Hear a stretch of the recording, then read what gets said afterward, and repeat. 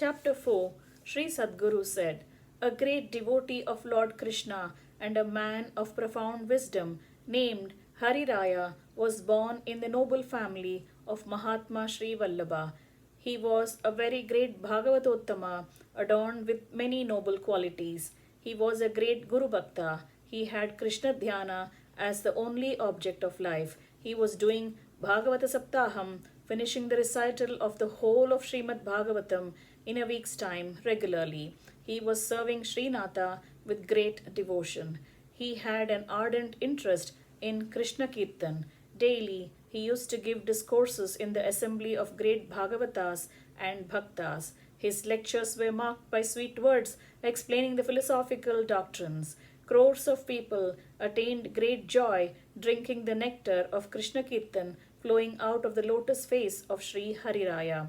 Every day, when Srinatha is taken to the bed chamber Shayanagruha on a procession, an expensive carpet would be spread on the way. One day, the carpet could not be spread as the path had become muddy due to heavy rains. Lord Srinatha did not go to the Shayanagruha that night. Instead, he lay near Hariraya in his house.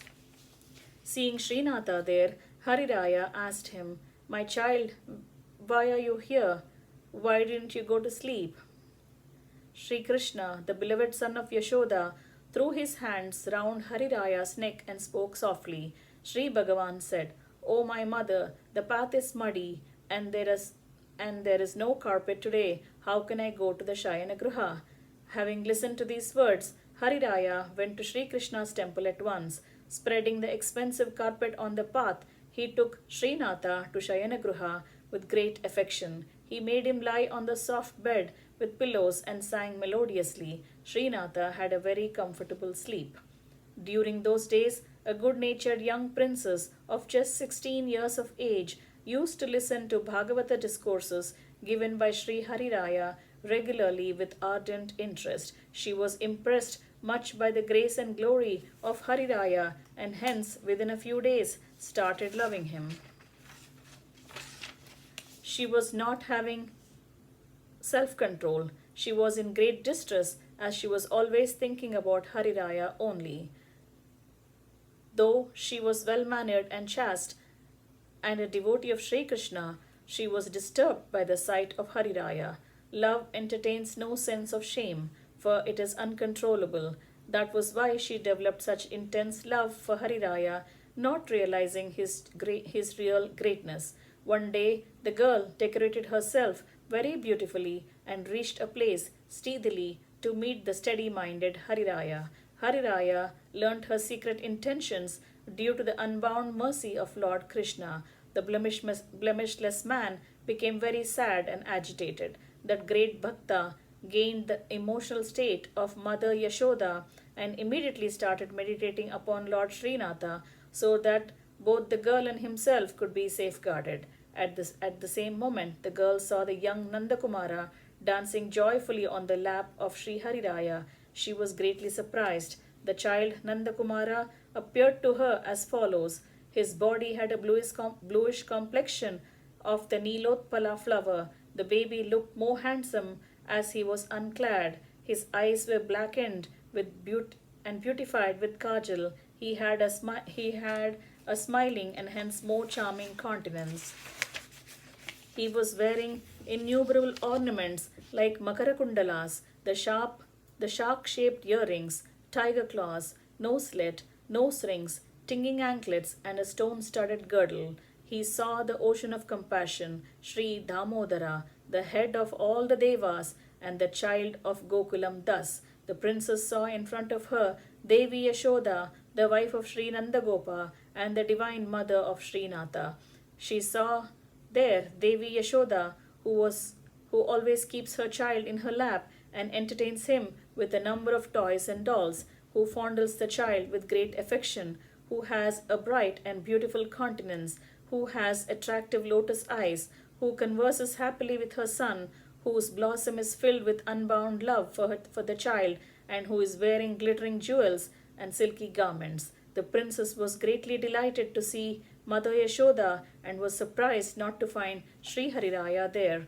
The maiden realized Hariraya's greatness. She was stricken with shame, and hence she prostrated herself at his feet. When she looked at the divine child Sri Krishna playing on the lap of the mother Yashoda, her lustful heart got purified. When her heart was cleansed, Sri Hariraya was seen in front of her. She spoke to him with great esteem as follows. The princess said, "O the highly fortunate one, I bow to you. I am blessed by your darshan. Due to the glory of your sacred presence, I have got purified. You are Devi Yashoda herself, and Devi Yashoda is none other than you. Both of you are inseparable, and there is no difference between you two. Both of you are the mothers of Sri Krishna. O great yogi, I have committed a blunder, not knowing your magnificence. Please forgive me." Sri Hariraya said, "O princess, do not be afraid.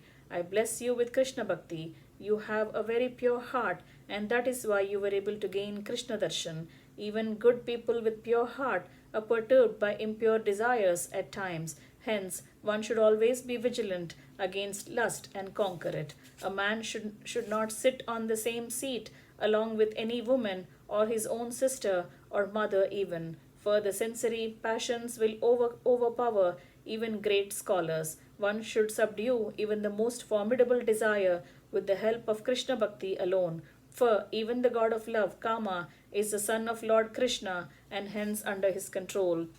Sri Sadguru continued. Sri Hariraya, the unperturbed jnani, consoled the princess thus. Then the princess returned to her palace. Thus the pious Haridasas, devotees of Lord Hari, purged the entire world of evils. What is strange or unbelievable about the life stories of such people? Is not Sri Vasudeva entrapped by their love and devotion? She is the most chaste woman, the very sight of whom will cleanse the hearts of wicked and sensual persons and urge them to feel that she is their mother.